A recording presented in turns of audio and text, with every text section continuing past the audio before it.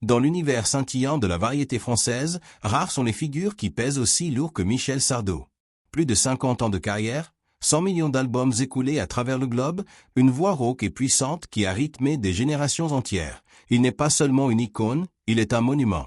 À 78 ans en 2025, officiellement rangé des amplis et des planches de théâtre, il savoure une existence raffinée et discrète, blotti dans les hauteurs ensoleillées du Midi, à l'abri des klaxons parisiens et des flashs de Bercy. D'où provient cette opulence? Comment l'emploie-t-il? Quelle est la véritable ampleur du trésor amassé par l'interprète des lacs du Connemara? Embarquons pour une exploration du train de vie fastueux mais mesuré de Michel Sardou en cette année 2025. Demeure au bord des flots, placement judicieux, penchant subtil pour les jouissances tranquilles, fruit d'une existence entière sous les sunlights. Michel Sardou n'a pas seulement composé des mélodies, il a édifié un véritable royaume financier. À une période où nombre de vedettes luttent pour demeurer dans le vent, il démontre, même au soir de son parcours, que la notoriété peut encore se monnayer grassement. D'après People with Money, entre septembre 2023 et septembre 2024, il aurait empoché l'impressionnante somme de 58 millions d'euros, le sacrant ainsi artiste hexagonal le plus lucratif de l'exercice. Cette manne ne découle pas d'un disque frais ni d'une ultime série de spectacles, mais d'une gestion astucieuse accumulée sur un demi-siècle, de sources de revenus multiples et d'une adoration populaire qui défie le temps. La pierre angulaire de son capital demeure évidemment ses chansons. Au cours de son itinéraire, Sardou a commercialisé plus de 100 millions de vinyles, CD et fichiers numériques. Un score qui le hisse au panthéon planétaire, tant par son empreinte sur les mœurs que par ses chiffres faramineux. Des opus tels que Du Plaisir, parti à 800 000 unités en 2004, ont engraissé ses comptes de plusieurs millions. Pourtant, Sardou n'a jamais misé uniquement sur les rotations en magasin. Ses concerts, célèbres pour leur ampleur scénique et leur dramaturgie, ont saturé les arènes les plus prestigieuses, de la capitale à la cité phocéenne, récoltant des dizaines de millions en billetterie. Son répertoire de royalties, embrassant des décennies de succès impérissables, continue de lui verser des rentes annuelles copieuses. Ses refrains demeurent des piliers des ondes FM et des animations collectives. C'est néanmoins la façon dont il a réinjecté ses capitaux qui l'a propulsé parmi les grandes poches. Bien avant que les stars ne se ruent sur l'entrepreneuriat, Sardou avait déjà étendu ses tentacules. Au tournant des années 2000, il inaugure dans la ville lumière une enseigne de brasserie baptisée chez le Gros Michel, jouant sur son personnage de franc-parleur bougon mais fin gourmet.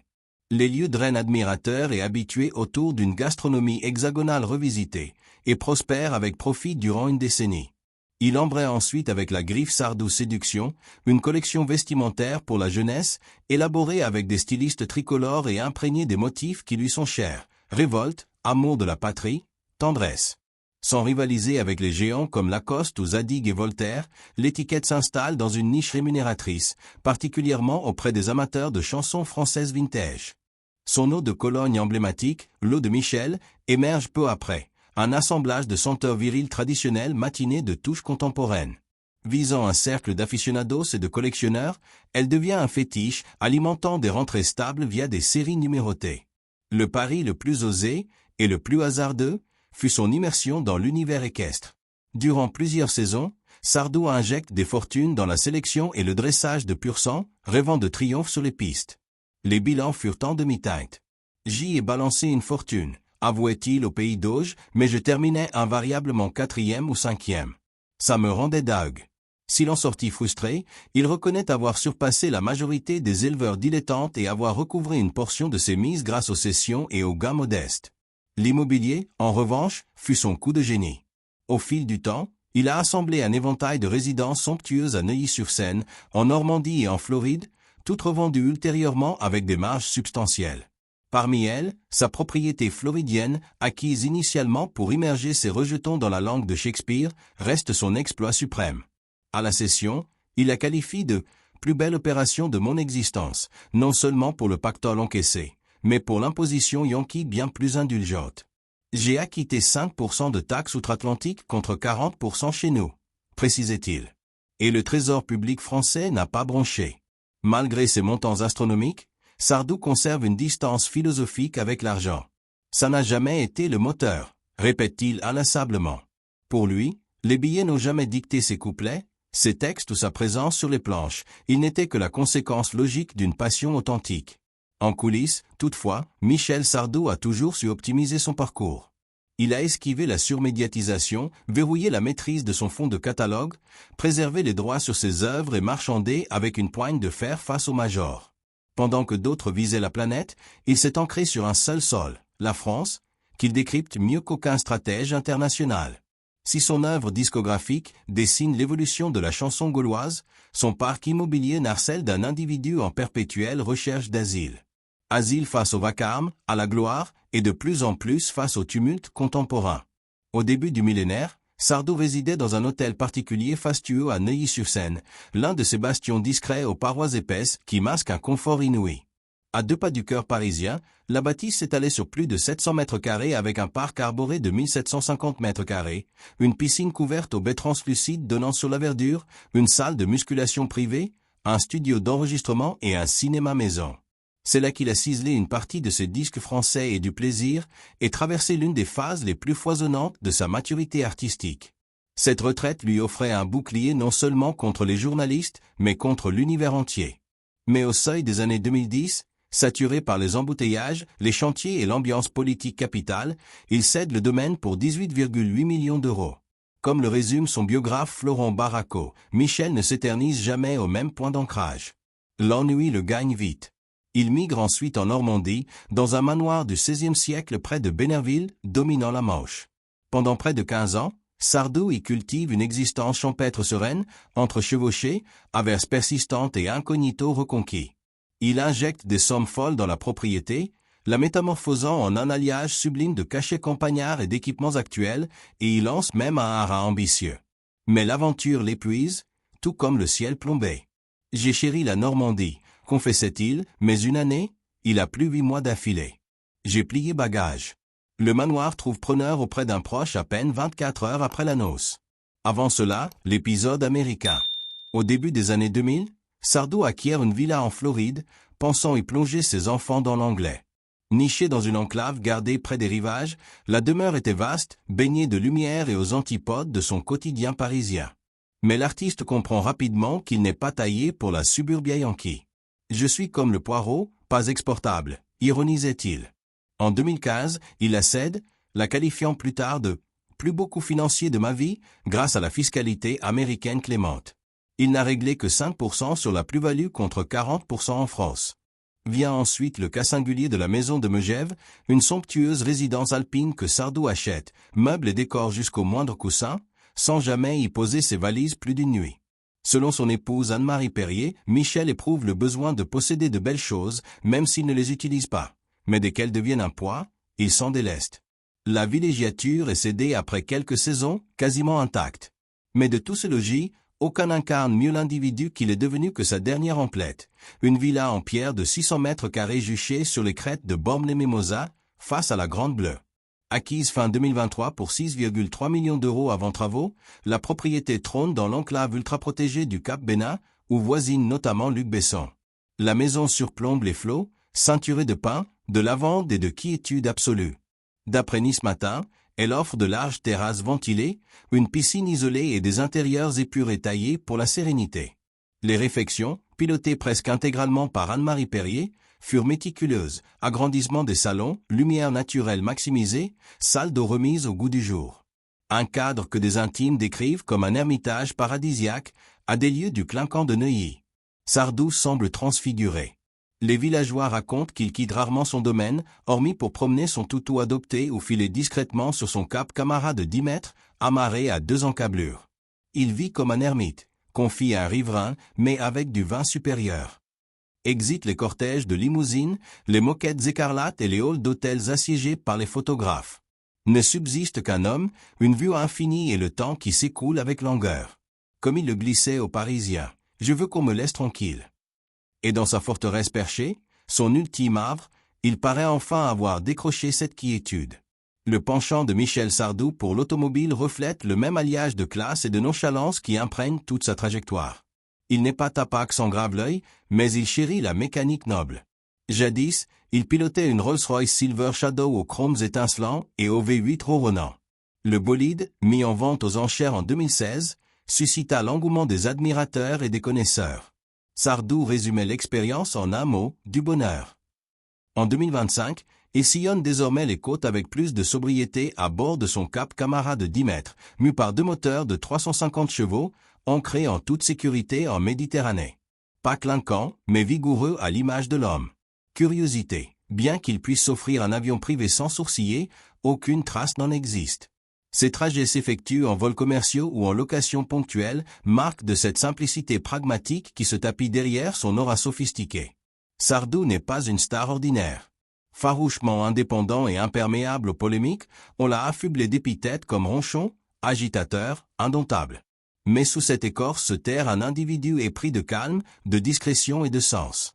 Dans une confidence rare à Paris Match, quand l'aisance est arrivée, j'ai acquis les bolides et les résidences que je convoitais, mais les billets n'ont jamais altéré mon essence. Je vis confortablement et je donne, mais sans tambour ni trompette. De fait, Sardou a déjà témoigné d'une bienfaisance silencieuse.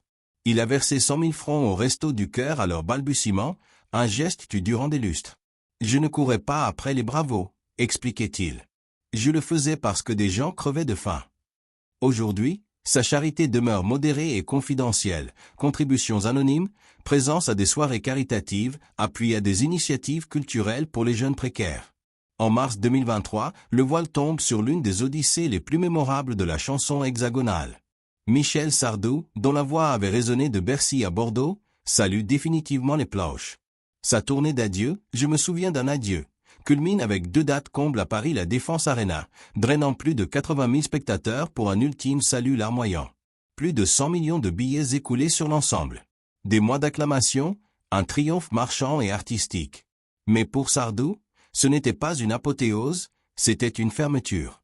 Dans les loges, après son ultime prestation, visiblement touché mais résolu, il glisse aux Parisiens. La musique est bouclée, le théâtre également. À 77 ans, Sardou n'aspire plus à prolonger l'ovation ni à quêter un bis. Ce qu'il convoite désormais, c'est la quiétude, pas des congés, mais un retrait authentique loin des micros, des engagements et des espéros. Pour autant, il n'est pas inerte. Au contraire, Sardou embrasse ce que d'aucuns nommeraient une renaissance. Méditation, isolement et beauté languide dans sa villa du Cap Bénin, nichée dans les hauteurs de Bormes-les-Mimosas. Il entame ses journées tard, souvent plongé dans sa bibliothèque baignée de soleil où plus de 2000 volumes rares l'attendent, manuscrits originaux, vie de grands hommes, une édition du 19e siècle des Contemplations de Victor Hugo. Selon Anne-Marie Perrier, c'est la seule pièce qu'il ne céderait ni ne remanierait jamais. Il s'est mué en promeneur des rivages, régulièrement aperçu en balade paisible avec Perrier et leur caniche rescapés d'un refuge maltraitant. Les locaux le dépeignent comme un ours apaisé. Sardou, jadis souverain des ondes, chérit désormais l'anonymat des habitudes. Achats au marché du coin, repas au bistrot du port, soirée sur la terrasse à regarder le soleil se noyer dans les flots. Il n'a pas renoncé à l'écriture après le succès de son autobiographie « Je ne suis pas mort, je dors ». Des rumeurs persistantes évoquent un second tome plus introspectif, presque méditatif, traitant de ses remords intimes, de ses escarmouches politiques et de la version brute de l'individu derrière le mythe. Questionné à brûle-pourpoint, Sardou rétorque immanquablement. « Je veux juste qu'on me laisse en paix ». Malgré tout, son patronyme flotte encore dans l'atmosphère culturelle. Des réalisateurs l'ont sollicité pour narrer des documentaires historiques, voire une série sur l'épopée de la pop française. Mais il a tout décliné. Les sollicitations pour des hommages en concert ou des émissions nostalgiques ont essuyé le même refus. Michel a dit au revoir, confie un intime à Nice Matin, et il ne prononce jamais ces mots à la légère. Un chapitre scellé à jamais reste son périple dans l'élevage équin. Un songe qui vira au cauchemar. Pendant des années, Sardou déversa des capitaux pour élever des pur-sangs en Normandie, fantasmant des lauriers sur les hippodromes. Malgré quelques places honorables, il n'atteignit jamais les sommets escomptés. J'y ai englouti une fortune, relate-t-il en 2023. Au bout du compte, je finissais systématiquement 4e ou 5e. Ce n'est pas mon rayon. J'ai dit à mon entraîneur, si les prochains ne triomphent pas, on stoppe. Ils n'ont pas triomphé. Alors, on a stoppé. Les écuries sont cédées, les stalles vidées et le crooner s'éloigne, dépité mais plus avisé sur le plan pécuniaire. C'est ce pragmatisme lucide qui a toujours maintenu Michel Sardou les pieds sur terre, surtout en matière de finance. Tandis que nombre de ses pairs, y compris son complice Johnny Hallyday, optaient pour l'exil fiscal en Suisse, en Belgique ou à Gstaad, Sardou n'y a jamais songé. Sa ligne reste aussi directe que d'habitude, on s'y ennuie à périr, à Gstaad. Interpellé sur les prélèvements élevés en France, il répond avec un humour pince sans rire. Dans une interview au sujet de la cession de sa maison floridienne, il expliquait « Je l'ai vendue en ne réglant que 5% d'impôts aux États-Unis au lieu de 40% en France. Le fisc français n'a même pas tiqué. Mais je ne bouge pas.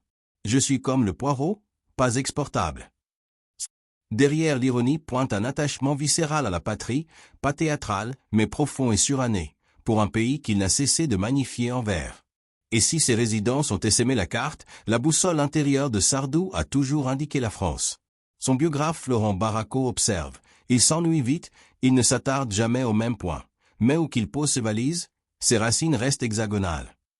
Sa trajectoire a bel et bien été jalonnée d'un nomadisme incessant, Neuilly-sur-Seine, Normandie, Floride, Megève et aujourd'hui, Bormes-les-Mimosas. Pas par frénésie physique, mais parce que, comme il le chantait dans S'enfuir, et après, on veut toujours partir mais on se retrouve toujours avec soi-même. Aujourd'hui, dans son retrait définitif au bord des flots, Sardou mène une existence à la fois opulente et épurée de tout superflu. Un bon bouquin, un chien loyal, la voix d'Anne-Marie depuis la cuisine et la brise méditerranéenne.